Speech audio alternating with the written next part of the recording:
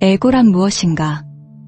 이 질문은 단순해 보이지만 사실 우리가 평생에 걸쳐 붙들고 살아온 나라는 감각 전체를 건드리는 질문입니다. 우리는 너무 오랫동안 에고와 함께 살아왔기 때문에 그것을 하나의 기능이나 구조로 보기보다는 그냥 나 자신이라고 여겨왔습니다. 그래서 에고에 대해 이야기하면 마치 나를 부정하거나 없애려는 말처럼 들리기도 합니다. 그러나 에고는 제거해야 할 적도 아니고 부정해야 할 대상도 아닙니다. 에고는 아주 자연스럽게 형성된 의식의 구조이며 인간으로 살아가기 위해 반드시 필요했던 장치입니다. 에고는 태어날 때부터 존재하지 않습니다. 갓 태어난 아이에게는 아직 나는 이런 사람이다라는 개념이 없습니다. 그저 배고프면 울고 따뜻하면 편안해하며 불편하면 반응할 뿐입니다. 그 상태에는 비교도 없고 평가도 없으며 고정된 정체성도 없습니다. 그러나 시간이 흐르면서 아이는 세상과 관계를 맺기 시작합니다. 부모의 반응, 주변의 말, 칭찬과 꾸중, 사랑과 거절을 경험하면서 점점 하나의 중심을 만들어냅니다. 이렇게 하면 사랑받는다, 이렇게 하면 혼난다, 이럴 때 안전하다라는 기억들이 쌓이면서 자신을 보호하기 위한 하나의 틀이 형성됩니다. 그것이 바로 에고입니다. 에고의 가장 본질적인 목적은 생존입니다. 육체적인 생존뿐 아니라 심리적 생존, 사회적 생존까지 포함됩니다. 에고는 끊임없이 위험을 감지하고 상처를 피하고 자신을 지키기 위해 움직입니다. 그래서 에고는 늘 바쁩니다. 생각을 만들고 이야기를 붙이며 미래를 걱정하고 과거를 붙잡습니다.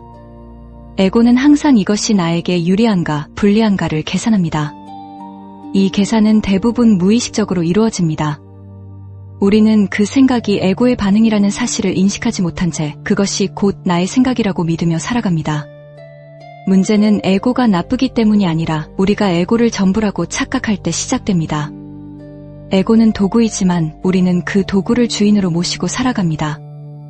에고의 생각이 곧 나의 진실이라고 믿고 에고의 감정이 곧 현실이라고 느끼며 에고의 해석이 곧 세상의 전부라고 여깁니다. 이때부터 삶은 점점 무거워집니다. 비교는 자연스러운 관찰이 아니라 고통이 되고 욕망은 생명의 흐름이 아니라 결핍이 되며 관계는 만남이 아니라 긴장이 됩니다. 에고는 항상 자신을 규정하려 합니다. 나는 이런 사람입니다. 나는 이 정도까지 할 수 있습니다. 나는 이런 대우를 받아야 합니다. 이러한 문장들은 얼핏 자신을 잘 아는 것처럼 보이지만 사실은 스스로를 가두는 벽이 되기도 합니다. 에고는 고정된 정체성을 좋아합니다. 고정되어 있어야 예측할 수 있고 통제할 수 있기 때문입니다. 그러나 삶은 끊임없이 변화합니다. 흐르는 생명 위에 고정된 정체성을 얹어놓으면 충돌이 생길 수밖에 없습니다. 그 충돌이 바로 갈등이며 불안이며 고통입니다. 에고는 끊임없이 비교합니다. 비교를 통해 자신의 위치를 확인하고 안도하거나 혹은 불안해집니다. 누군가보다 나은 위치에 있다고 느낄 때 잠시 안심하지만 곧 더 높은 기준을 찾습니다. 누군가보다 부족하다고 느끼는 순간 에고는 자신을 공격하거나 타인을 공격합니다. 이 비교는 끝이 없습니다. 에고는 결코 완전히 만족하지 않기 때문입니다. 만족은 에고의 구조 안에 존재하지 않습니다. 에고는 항상 다음을 바라보고 다음을 요구하며 다음을 걱정합니다. 흥미로운 점은 에고가 긍정적인 모습으로도 나타난다는 사실입니다. 성장하고 싶다는 욕구, 더 나아지고 싶다는 의지, 인정받고 싶다는 마음 역시 에고의 일부입니다. 그래서 에고를 무조건 부정하거나 억누르려고 하면 오히려 더 강해집니다. 억눌린 에고는 다른 형태로 나타납니다. 겸손이라는 가면을 쓴 우월감, 내려놓았다는 말 속에 숨은 자기확신, 깨어났다는 생각 속의 미묘한 분리감. 이것은 에고가 사라진 것이 아니라 더 교묘해진 상태입니다. 에고는 늘 이야기꾼입니다. 머릿속에서 끊임없이 이야기를 만들어냅니다. 그때 그렇게 말하지 말았어야 했습니다. 앞으로 분명 이런 일이 생길 것입니다. 저 사람은 나를 무시했습니다. 나는 원래 이런 대우를 받아왔습니다. 이러한 이야기들은 사실 자체라기보다 해석에 가깝습니다. 그러나 에고는 이 해석을 사실처럼 믿게 만듭니다. 우리는 그 이야기에 감정으로 반응하고 몸으로 반응하며 행동으로 반응합니다. 그렇게 에고의 이야기는 현실이 됩니다. 여기서 중요한 전환점이 생깁니다. 에고를 이해하기 시작하면 우리는 처음으로 질문을 던질 수 있게 됩니다. 이 생각은 정말 나입니까? 이 감정은 지금의 나에게 꼭 필요한 것입니까? 이 해석 말고 다른 관점은 없습니까? 이 질문은 에고를 부정하기 위한 질문이 아닙니다. 에고를 밀어내기 위한 것도 아닙니다. 그저 한 발짝 물러서서 바라보는 것입니다. 이 바라봄이 시작되는 순간 에고는 더 이상 절대적인 주인이 아닙니다. 에고를 바라본다는 것은 생각이 멈춘다는 뜻이 아닙니다. 감정이 사라진다는 의미도 아닙니다. 다만 생각과 감정에 완전히 동일시되지 않는 상태를 의미합니다. 파도가 일어나는 것은 그대로 두되 내가 그 파도라고 믿지 않는 것입니다. 그러면 파도는 파도대로 지나가고 우리는 그 흐름을 인식하는 자리로 돌아옵니다. 이 자리는 에고 이전의 자리이자 에고를 포함할 수 있는 자리입니다. 많은 분들이 에고를 없애고 싶어 하십니다. 그러나 에고를 없애려는 그 시도 자체가 에고입니다. 에고가 없어야 더 나은 사람이 된다라는 생각 역시 에고의 이야기입니다. 진짜 변화는 제거가 아니라 인식에서 일어납니다. 에고를 없애는 것이 아니라 에고를 투명하게 보는 것입니다. 투명해진 에고는 더 이상 우리를 끌고 다니지 않습니다. 필요할 때는 도구처럼 사용되지만 삶의 방향을 결정하지는 않습니다. 에고를 이해한다는 것은 인간으로 살아온 자신을 이해하는 일입니다. 상처받지 않기 위해 애썼던 순간들, 사랑받기 위해 만들어낸 모습들, 안전하기 위해 쌓아 올린 방어들. 그 모든 것이 에고라는 이름 아래 있습니다. 그것을 미워할 필요도 없고 부끄러워할 필요도 없습니다. 오히려 그동안 그렇게 살아와 준 자신에게 부드러워질 수 있습니다. 에고는 사라지지 않습니다. 그러나 에고가 삶의 중심에서 내려올 수는 있습니다. 중심이 바뀌는 것입니다. 생각보다 넓은 자리, 감정보다 깊은 자리, 이야기보다 조용한 자리입니다. 그 자리에서 에고는 더 이상 삶을 지배하지 않습니다. 삶은 조금 가벼워지고 관계는 조금 부드러워지며 자신을 바라보는 눈에는 여유가 생깁니다. 에고란 결국 나를 지키기 위해 만들어진 이야기입니다.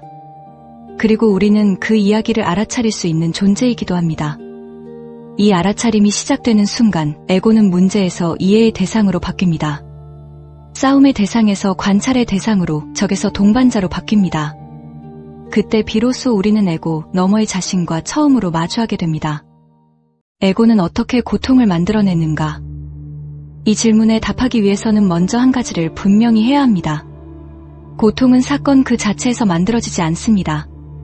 같은 상황을 겪고도 어떤 이는 깊은 고통에 빠지고 어떤 이는 비교적 담담하게 지나갑니다.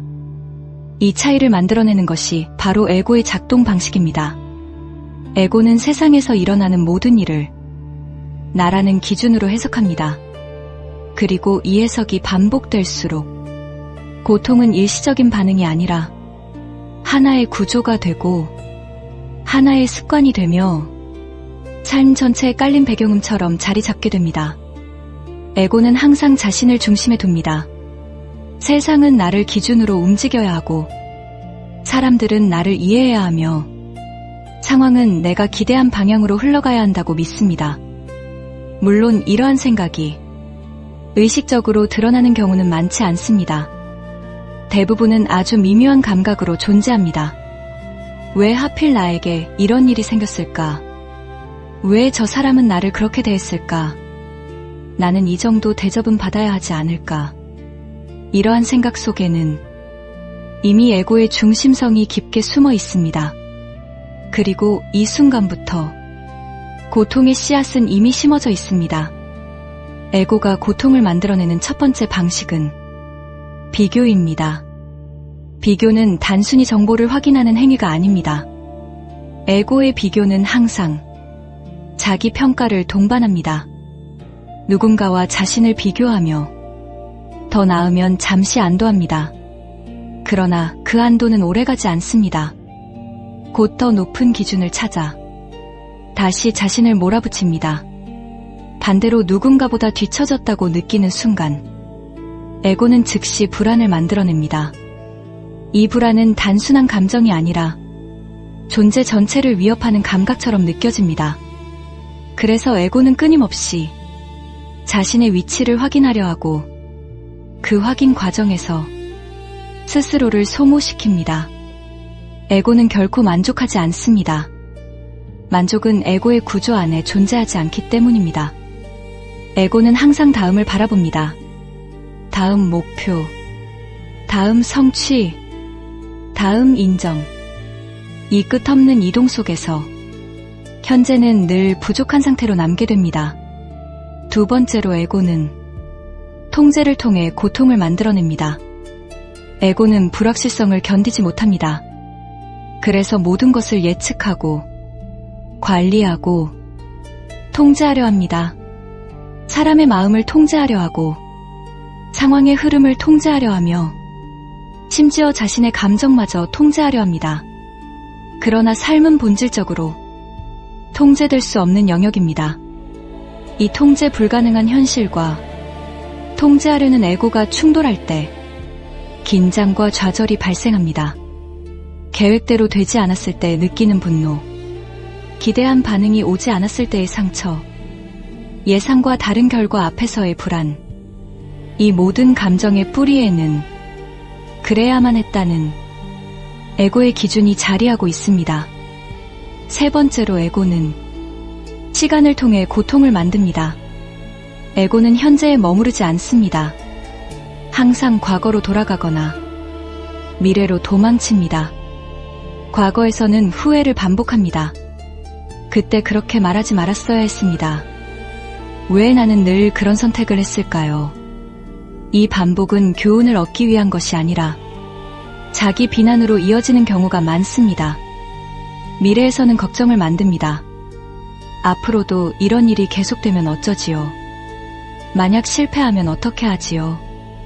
아직 오지 않은 일을 이미 고통으로 당겨와 현재를 잠식합니다. 이렇게 에고는 존재하지 않는 시간 속에서 고통을 생산합니다. 현재는 언제나 비어 있는데 에고는 그 빈자리를 이야기로 채웁니다. 네 번째로 에고는 관계를 통해 고통을 만듭니다. 에고는 관계 속에서 항상 자신을 기준으로 판단합니다. 상대의 말 한마디에 자신의 가치가 흔들리고 상대의 태도 하나에 존재 전체가 평가받는 것처럼 느낍니다. 그래서 관계는 만남이 아니라 긴장이 됩니다. 사랑받고 싶은 마음, 인정받고 싶은 욕구, 버림받을까 두려운 감정, 이 모든 것은 자연스러운 인간의 감정이지만 에고와 결합되는 순간 집착과 불안으로 변합니다.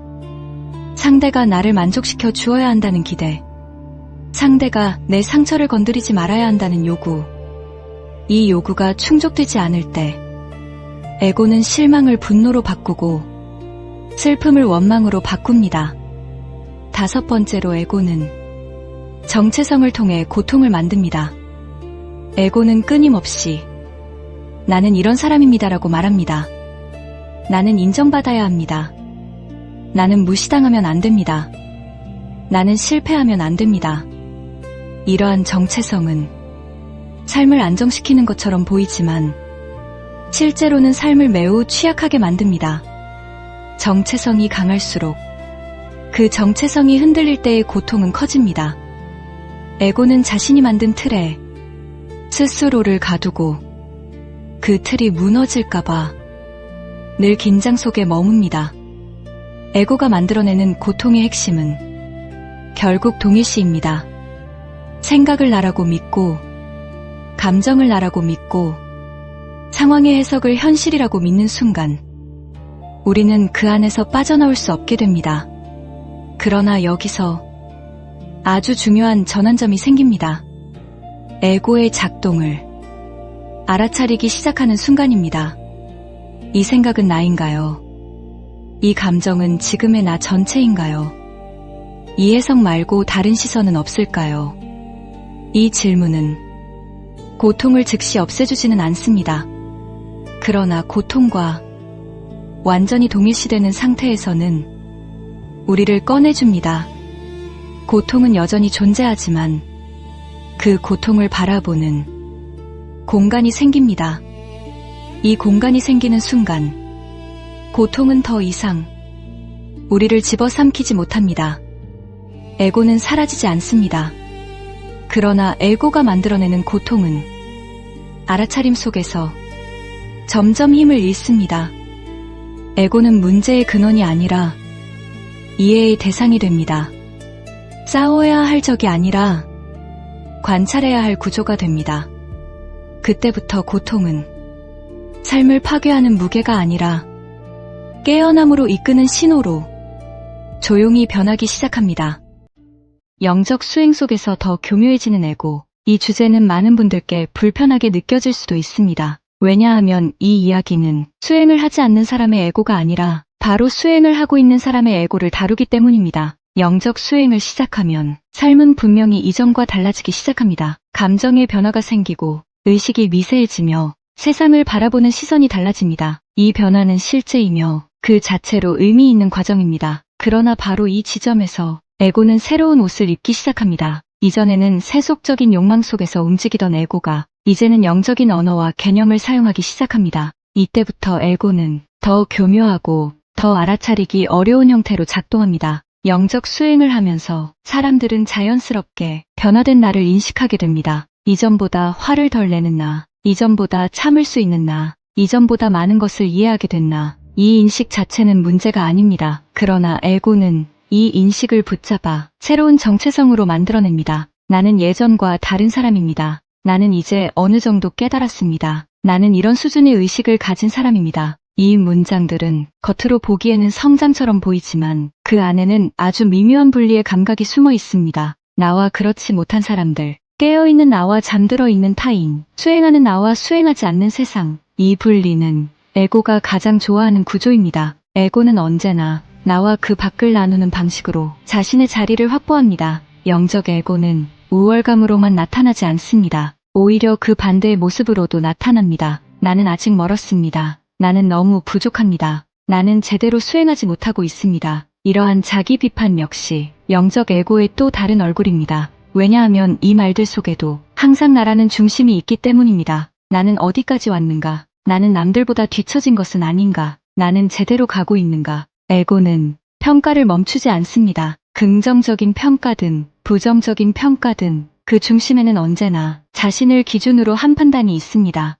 영적 수행을 하다 보면 에너지 체험이나 내면의 이미지, 감각적인 변화들을 경험하는 경우도 있습니다. 빛을 보았다는 체험, 확장되는 감각, 강렬한 평온, 깊은 사랑의 상태, 이 체험들 역시 자연스러운 과정일 수 있습니다. 그러나 에고는 이 체험을 붙잡습니다. 그리고 말합니다. 이 체험은 특별합니다. 이 경험은 나의 진전입니다. 이 상태를 유지해야 합니다. 그 순간부터 체험은 자유가 아니라 집착의 대상이 됩니다. 체험이 있을 때는 만족하지만 체험이 사라지면 불안해집니다. 다시 그 상태로 돌아가야 한다는 생각이 수행을 조급하게 만듭니다. 이때 수행은 깨어있음이 아니라 성과를 쫓는 과정으로 바뀝니다. 얼마나 깊이 들어갔는가, 얼마나 많은 에너지를 느꼈는가, 얼마나 특별한 경험을 했는가. 이 모든 질문은 겉으로는 수행처럼 보이지만 사실은 에고의 기준표에 불과합니다. 영적 에고는 언어를 매우 잘 사용합니다. 비이원성, 공, 무집착,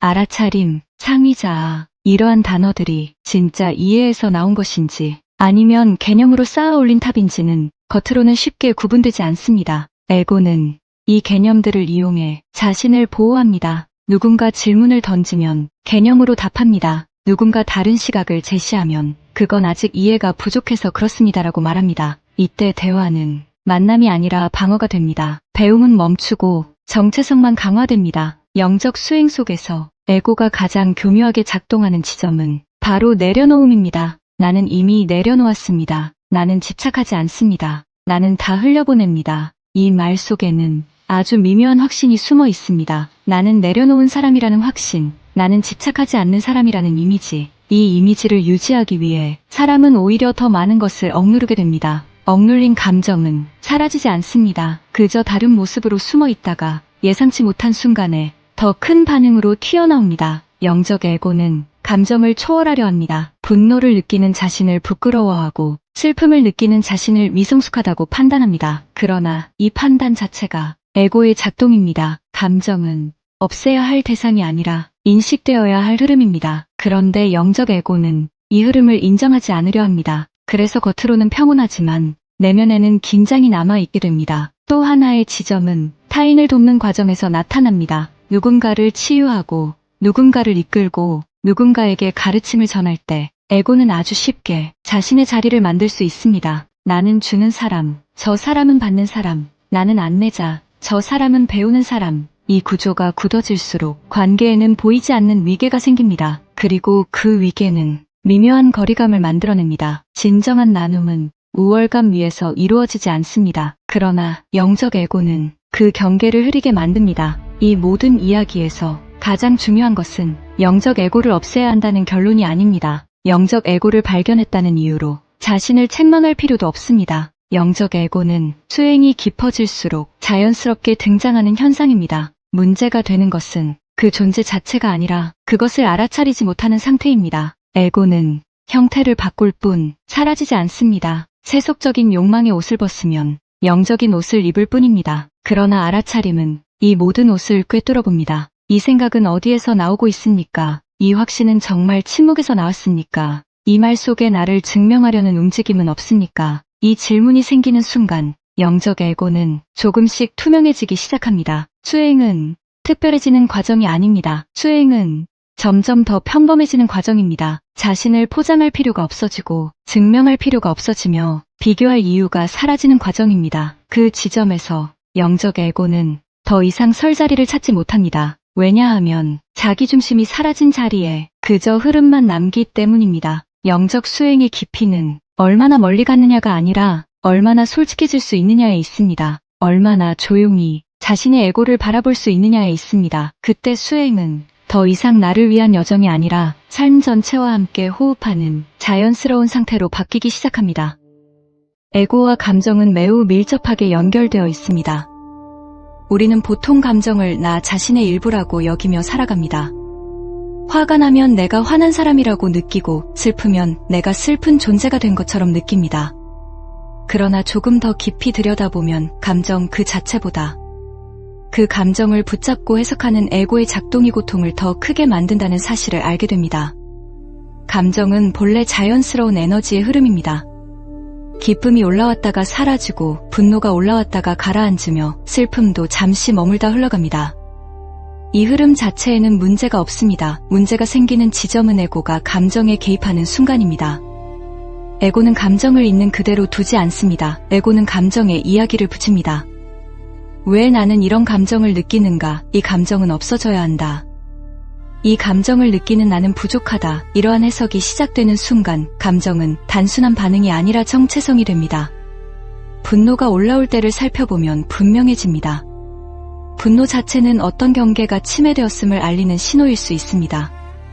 그러나 에고는 그 분노를 붙잡고 과거의 기억을 끌어오고 상대의 의도를 단정하며 자신이 얼마나 부당한 대우를 받았는지를 반복해서 떠올립니다.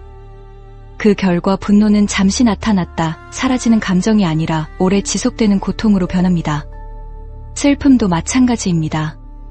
슬픔은 상실과 이별 앞에서 아주 자연스럽게 올라오는 감정입니다. 그러나 에고는 슬픔의 나는 늘 이런 식이다. 나는 항상 버려진다. 내 인생은 왜 이 모양일까? 라는 이야기를 덧붙입니다. 이 순간 슬픔은 하나의 감정이 아니라 삶 전체를 규정하는 무게가 됩니다. 불안 역시 에고와 깊이 연결되어 있습니다. 불안은 미래에 대한 불확실성 앞에서 누구나 느낄 수 있는 반응입니다. 그러나 에고는 아직 오지 않은 미래를 이미 일어난 현실처럼 상상합니다. 실패했을 때의 모습, 거절당했을 때의 장면, 무너졌을 때의 감각. 이 모든 것을 앞당겨 경험하게 하면서 현재의 평온을 빼앗습니다. 중요한 점은 감정이 문제인 것이 아니라 감정과 자신을 동일시하는 에고의 방식이 고통의 핵심이라는 사실입니다. 에고는 말합니다. 나는 화가 난 사람입니다. 나는 우울한 사람입니다. 나는 불안한 사람입니다. 이 동일시가 이루어지는 순간 우리는 감정을 바라보는 존재가 아니라 감정 그 자체가 되어버립니다. 그러나 감정을 바라볼 수 있는 순간이 옵니다. 지금 분노가 올라오고 있습니다. 지금 슬픔이 느껴지고 있습니다. 지금 불안이 몸에 나타나고 있습니다. 이렇게 인식하는 순간 감정과 나 사이에는 아주 작은 틈이 생깁니다. 이 틈이 바로 자유의 시작입니다. 감정을 억누르거나 없애려 할 필요는 없습니다. 그 시도 역시 에고의 반응이기 때문입니다. 중요한 것은 감정을 허용하면서도 그 감정에 끌려가지 않는 것입니다. 감정은 흐르도록 두고 에고가 만들어내는 이야기는 조용히 바라보는 것입니다. 에고와 감정의 관계를 이해하기 시작하면 삶은 조금 달라지기 시작합니다. 감정이 올라와도 예전처럼 자신을 탓하지 않게 됩니다. 타인의 말에 흔들리더라도 그 반응을 하나의 과정으로 볼 수 있게 됩니다.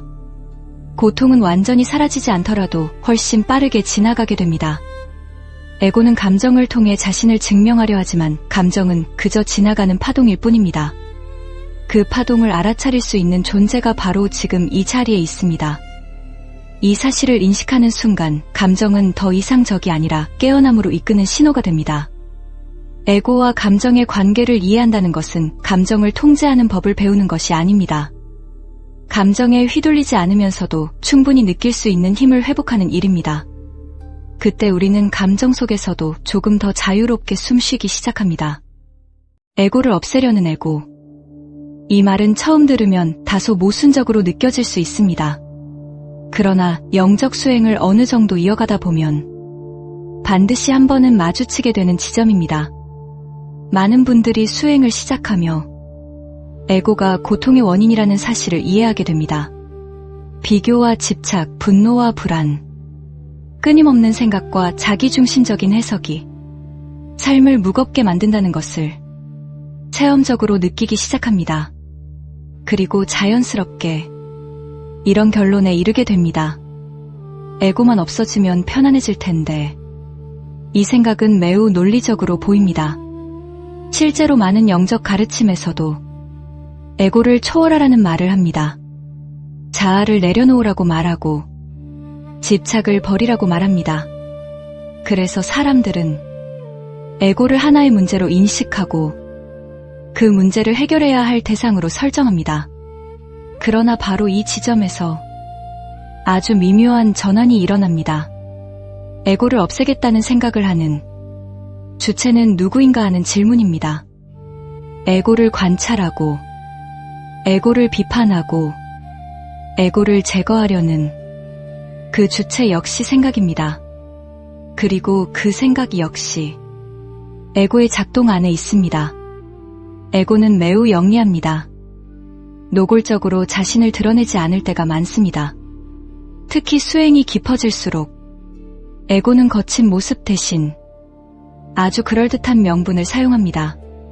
겸손이라는 이름, 초월이라는 개념, 무집착이라는 이상. 나는 이제 에고를 내려놓아야 합니다. 나는 아직 에고가 너무 강합니다. 나는 더 수행해야 합니다.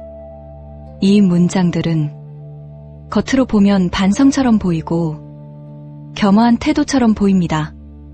그러나 그 안을 자세히 들여다보면 여전히 중심에는 나가 있습니다. 나는 지금 어떤 상태인가? 나는 얼마나 잘하고 있는가? 나는 에고가 있는 사람인가? 없는 사람인가? 에고는 이렇게 스스로를 비판하는 방식으로도 자신을 유지합니다. 자기 비난은 에고가 사라졌다는 증거가 아니라 에고가 여전히 작동하고 있다는 신호입니다. 에고를 없애려는 에고는 항상 목표를 만듭니다. 에고가 없는 상태, 완전히 깨어난 상태, 더 이상 흔들리지 않는 상태, 그리고 현재의 자신을 그 목표에 도달하지 못한 존재로 규정합니다. 이때 수행은 현재를 살아가는 과정이 아니라 미래의 어떤 상태에 도달하기 위한 수단으로 바뀝니다. 지금의 나는 부족하고 미완성이고 문제가 있는 상태가 됩니다. 그리고 이 인식 자체가 새로운 고통을 만들어냅니다. 에고를 없애려는 에고는 끊임없이 자신을 점검합니다. 오늘은 화가 났는가? 아직 분노가 올라오는가? 질투가 생겼는가? 불안이 느껴졌는가? 이 모든 감정이 나타날 때마다 사람은 스스로를 평가합니다. 아직 멀었습니다. 나는 제대로 수행하지 못하고 있습니다. 왜 이렇게 다시 흔들릴까요? 이 질문들 속에는 이미 기준이 설정되어 있습니다. 흔들리지 않아야 한다는 기준, 감정이 없어야 한다는 기준, 고요해야 한다는 이상. 그러나 그 기준 자체가 에고가 만들어낸 이미지일 수 있습니다. 에고를 없애려는 에고는 감정을 억누르게 만듭니다. 분노가 올라오면 그것을 실패로 여기고, 슬픔이 올라오면 아직 내려놓지 못한 증거로 해석합니다. 그래서 감정을 느끼지 않으려 애씁니다. 느끼는 대신 덮고, 참고, 밀어냅니다. 그러나 억눌린 감정은 사라지지 않습니다. 표면 아래로 숨어 있다가 예상치 못한 순간에 더 강한 반응으로 나타납니다. 그때 사람은 다시 말합니다. 역시 나는 에고가 강합니다. 이 반복은 끝없는 자기 점검과 자기 실망의 순환을 만듭니다. 그리고 이 순환의 중심에는 늘 에고가 있습니다. 에고를 없애려는 에고는 비교도 멈추지 않습니다. 이번에는 수행의 비교입니다. 누가 더 오래 수행했는가? 누가 더 깊은 체험을 했는가? 누가 더 평온해 보이는가? 이 비교는 겉으로 드러나지 않을 수 있습니다. 그러나 내면에서는 조용히 작동합니다. 저 사람은 이미 많이 내려놓은 것 같습니다. 나는 아직 저 단계는 아닙니다. 이 비교 속에서도 에고는 여전히 중심을 차지하고 있습니다. 형태만 바뀌었을 뿐입니다. 에고를 없애려는 에고는 언어에도 강하게 집착합니다. 에고, 자, 공, 비완성, 무집착. 이 개념들을 정확히 이해하고 정확히 말할 수 있으면 그것이 곧 도달한 상태인 것처럼 느끼기도 합니다. 그러나 개념을 아는 것과 그 상태에 머무르는 것은 전혀 다른 차원입니다. 에고는 개념을 이용해 자신을 방어합니다. 누군가 다른 시각을 제시하면 그건 아직 에고의 단계입니다. 그건 집착에서 나온 말입니다. 이렇게 말하며 자신의 위치를 지키려 합니다. 이때 수행은 열림이 아니라 닫힘이 됩니다. 배움은 멈추고 확신만 강화됩니다. 여기서 아주 중요한 전환점이 있습니다. 에고를 없애려는 시도가 왜 계속 실패하는지 정직하게 바라보는 순간입니다. 에고는 없애질 수 있는 대상이 아니라는 사실을 있는 그대로 받아들이는 순간입니다.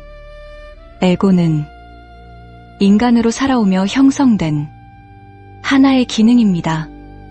생존을 위해 만들어졌고 세상과 관계 맺기 위해 발전해왔습니다. 이 기능을 힘으로 제거하려 하면 그 힘 자체가 에고가 됩니다. 진짜 변화는 에고를 없애는 데서 일어나지 않습니다. 에고를 알아차리는 데서 일어납니다. 아, 지금 에고가 또 하나의 목표를 만들고 있구나. 지금도 나는 더 나은 상태가 되려고 애쓰고 있구나. 이 알아차림에는 비난이 필요하지 않습니다. 실망도 필요하지 않습니다. 그저 사실을 보는 것입니다. 에고를 없애려는 에고를 알아차리는 순간 그 에고는 이미 힘을 잃기 시작합니다. 왜냐하면 에고는 무의식적으로 작동할 때 가장 강력하기 때문입니다. 알아차림은 에고와 싸우지 않습니다. 밀어내지도 않습니다. 그저 빛을 비춥니다. 빛이 비춰지면 에고는 자연스럽게 중심에서 물러납니다. 이때 중요한 것은 이제 에고를 내려놓았습니다라는 새로운 결론을 만들지 않는 것입니다. 그 결론 역시 또 하나의 에고가 되기 쉽기 때문입니다. 수행은 에고를 없애는 과정이 아닙니다. 수행은 에고를 포함한 모든 것을 있는 그대로 인식할 수 있는 공간으로 돌아오는 과정입니다. 그 공간에서는 에고도 존재하고 감정도 존재하고 생각도 존재합니다. 그러나 그것들이 주인이 되지는 않습니다. 에고는 도구로 남고 삶은 흐름으로 남습니다. 이때 삶은 이전보다 훨씬 단순해집니다. 잘하려는 긴장이 줄어들고 증명하려는 욕구가 약해지며 자신을 평가하는 목소리가 조금씩 잦아듭니다. 에고를 없애려는 에고를 알아차렸다는 것은 실패가 아닙니다. 오히려 매우 중요한 전환점입니다. 그 지점에서 수행은 목표를 향한 여정에서 깨어있는 삶으로 바뀌기 시작합니다. 그때 비로소 에고는 더 이상 없애야 할 적이 아니라 이해되고 포함되고 자연스럽게 제자리를 찾는 하나의 현상으로 남게 됩니다. 에고는 어떻게 자연스럽게 힘을 잃는가? 이 질문은 에고를 이해해 옮긴 여정이 마지막 지점에서 떠오르는 질문입니다. 그리고 이 질문에는 어떤 기술이나 방법보다 중요한 태도가 담겨 있습니다. 많은 분들이 에고를 다루는 방법을 찾으려 합니다. 어떻게 하면 에고를 약화시킬 수 있는지, 어떻게 하면 더 이상 흔들리지 않는지, 어떻게 하면 완전히 자유로워질 수 있는지. 그러나 아이러니하게도 에고는 다루려 할수록 오히려 더 단단해지는 경향이 있습니다. 에고는 싸움의 대상이 아닙니다. 관리해야 할 문제도 아닙니다. 에고는 자연스럽게 힘을 잃습니다. 그리고 그 자연스러움은 노력의 결과가 아니라 인식의 변화에서 일어납니다. 에고가 힘을 잃는 첫 번째 순간은 에고가 문제라는 생각이 조금 느슨해질 때입니다. 에고가 있어서 안 된다. 에고 때문에 나는 부족하다. 이러한 생각이 절대적인 진실이 아니라는 것을 어렴풋이 느끼는 순간입니다. 그 순간 사람은 자신을 조금 더 넓게 보기 시작합니다. 에고가 있든 없든 지금 이 존재가 완전히 잘못된 것은 아니라는 감각이 생깁니다. 이 감각은 아주 작고 미묘하지만 에고에게는 큰 변화입니다. 에고는 자기 부정 위에서 자랍니다. 끊임없이 나는 아직 부족하다. 나는 고쳐져야 한다. 나는 더 나아져야 한다. 이러한 생각이 약해질수록 에고는 붙잡을 힘을 잃기 시작합니다.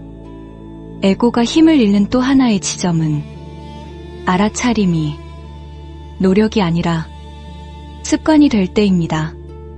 처음에는 자신의 생각을 바라보는 것이 어렵게 느껴질 수 있습니다. 감정에 휘말리고 나서야 뒤늦게 알아차리기도 합니다.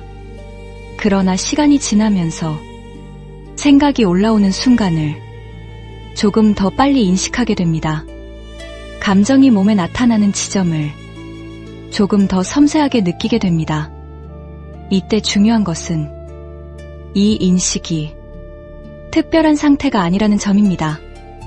그저 지금 이런 생각이 올라오고 있구나. 지금 긴장이 생기고 있구나.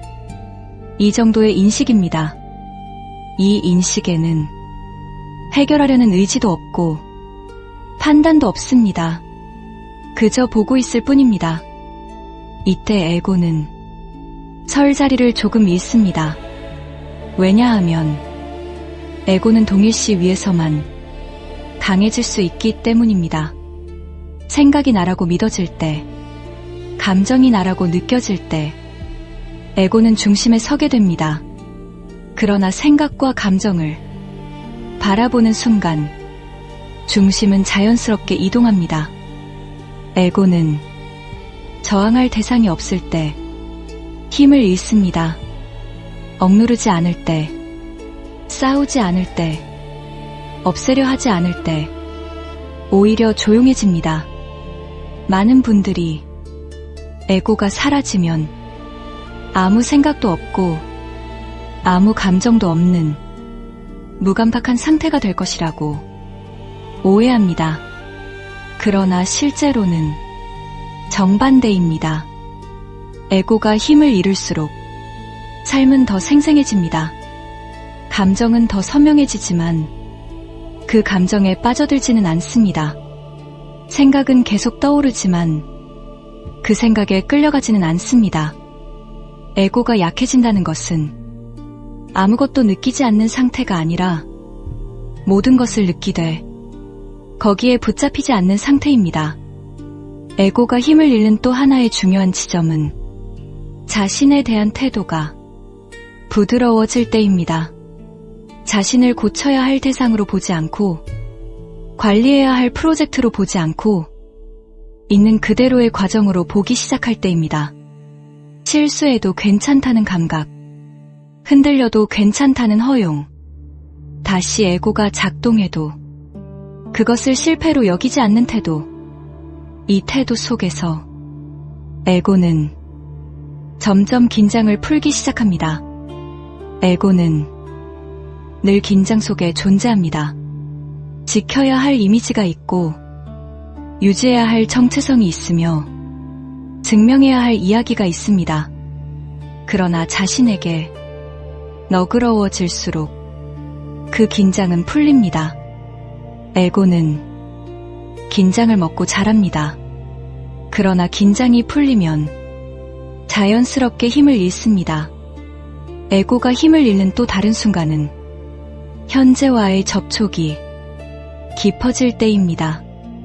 에고는 과거와 미래를 오가며 존재합니다. 후회와 걱정 속에서 자신의 영역을 확장합니다. 그러나 현재에 머무는 순간 에고는 할 일이 많지 않습니다. 지금의 감각, 지금의 호흡, 지금의 몸의 느낌, 이 단순한 현존 속에서 에고는 조용해집니다. 이 현존은 특별한 명상 상태일 필요가 없습니다. 걷는 중에도, 차를 마시는 중에도, 누군가의 말을 듣는 순간에도 가능합니다. 잠시라도 지금 여기에 머무는 순간 에고는 중심에서 물러납니다. 에고가 힘을 잃는 또 하나의 깊은 지점은 삶을 통제하려는 욕구가 조금씩 내려갈 때입니다. 모든 것이 내 뜻대로 되어야 한다는 기대가 느슨해질 때입니다. 사람은 여전히 계획을 세우고 선택을 하고 노력합니다. 그러나 결과가 자신의 기대와 다르더라도 그것을 존재의 실패로 해석하지 않습니다. 이때 에고는 크게 반응하지 않습니다. 왜냐하면 통제의 기준이 사라지고 있기 때문입니다.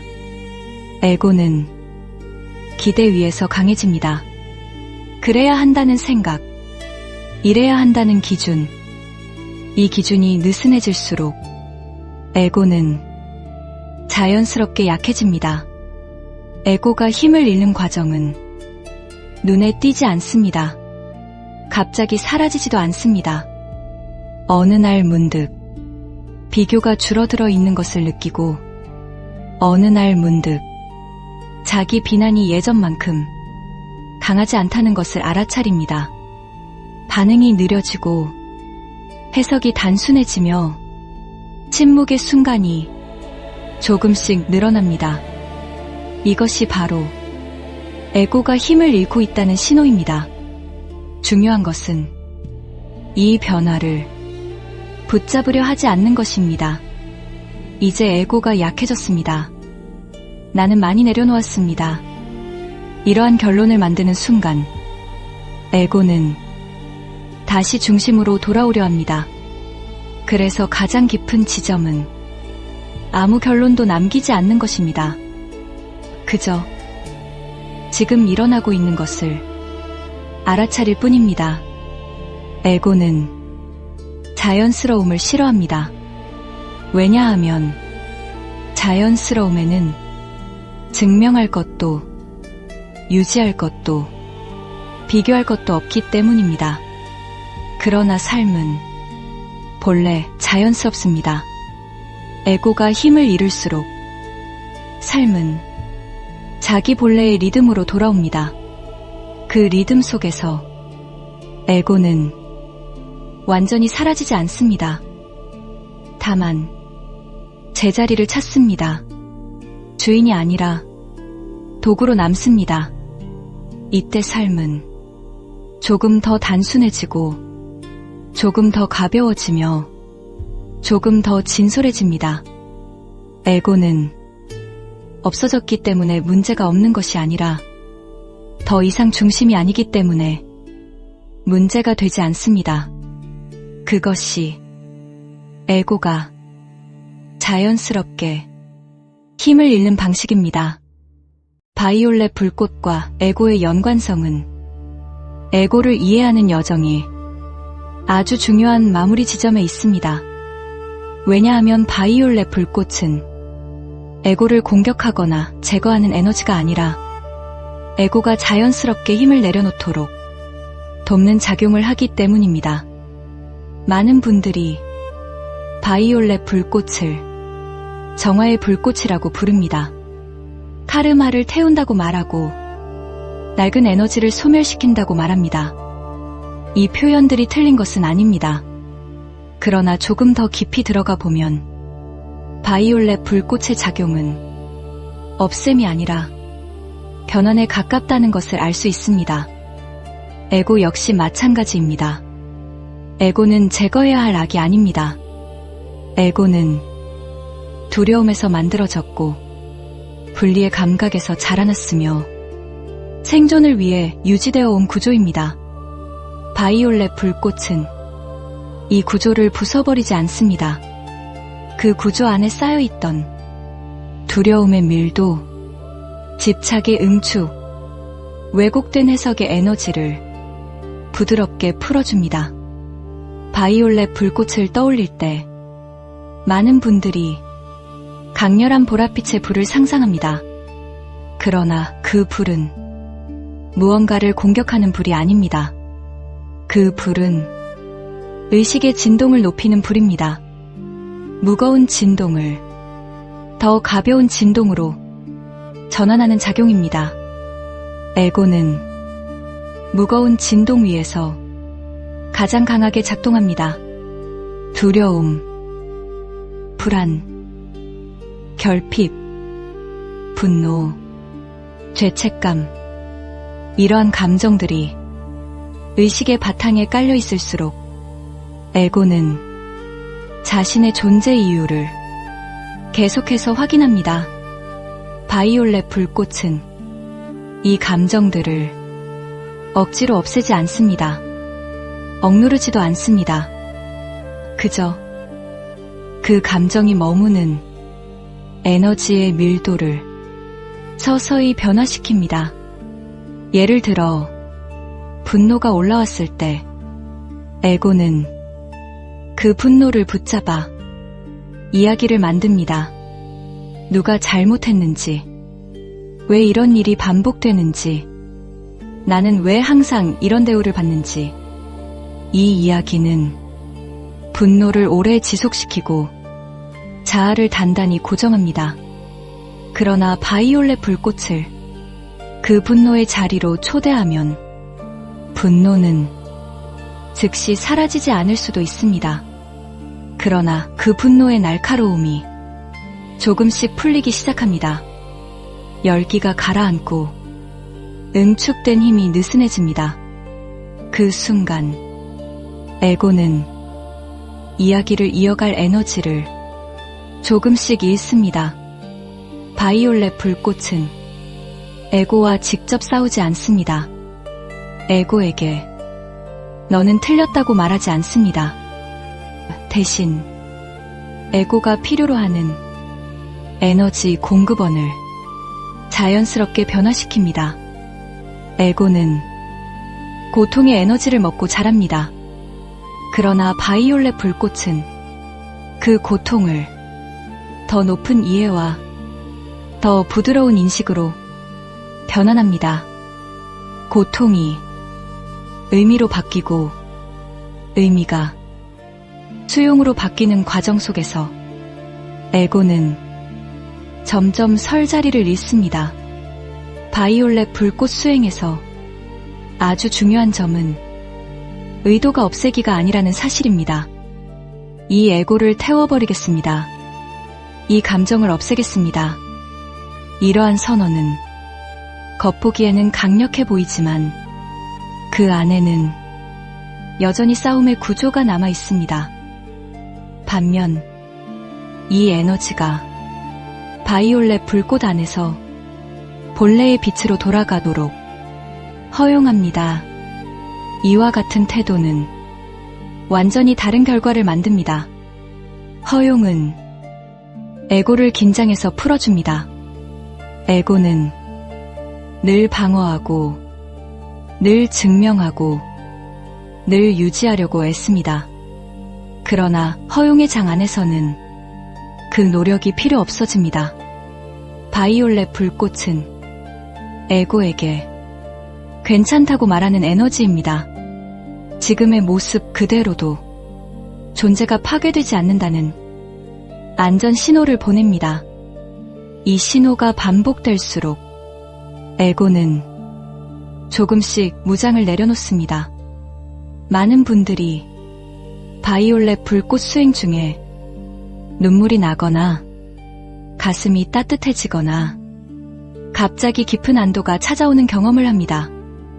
이 현상은 에고가 약해졌기 때문이 아니라 에고가 잠시 쉴 수 있게 되었기 때문입니다. 에고는 쉴 줄 모릅니다. 항상 무언가를 해석하고 판단하고 대비해야 한다고 믿습니다. 그러나 바이올렛 불꽃의 장 안에서는 그 긴급성이 사라집니다. 지금 이 순간이 위협이 아니라는 감각이 의식 깊은 곳에 전달됩니다. 이때 에고는 스스로를 증명할 필요가 없어집니다. 특별해질 필요도, 우월해질 필요도, 완벽해질 필요도 없어집니다. 바이올렛 불꽃과 함께할 때 에고는 조금 더 솔직해집니다. 자신의 두려움을 숨기지 않아도 되고 부족함을 포장하지 않아도 되며 흔들림을 실패로 규정하지 않아도 됩니다. 이 솔직함이 바로 에고가 힘을 잃는 지점입니다. 에고는 가면 위에서 강해지지만 진실 앞에서는 자연스럽게 녹아내립니다. 바이올렛 불꽃은 에고를 넘어가게 만드는 에너지가 아니라 에고를 포함한 전체를 하나의 장 안으로 부드럽게 끌어안는 에너지입니다. 그래서 이 불꽃은 폭력적이지 않고 강요하지 않으며 서두르지 않습니다.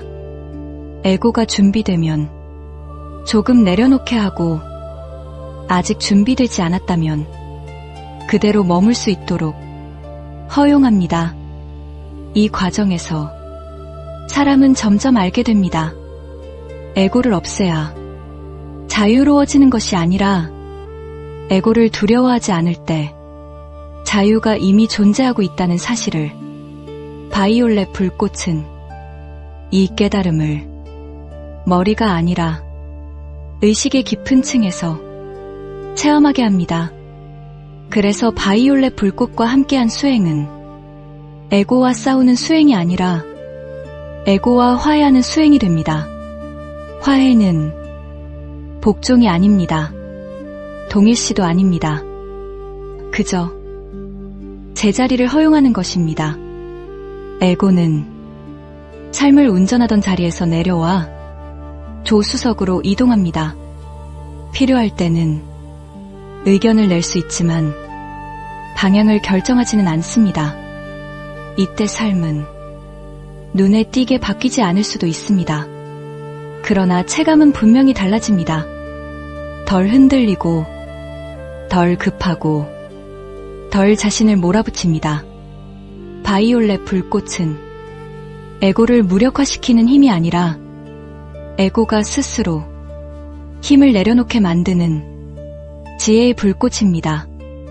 그래서 이 불꽃은 수행의 끝이 아니라 삶과 수행이 더 이상 분리되지 않는 지점으로 이끕니다. 에고는 여전히 존재하지만 더 이상 삶의 중심은 아닙니다. 그리고 바로 그 지점에서 진정한 자유는 이미 시작되고 있습니다.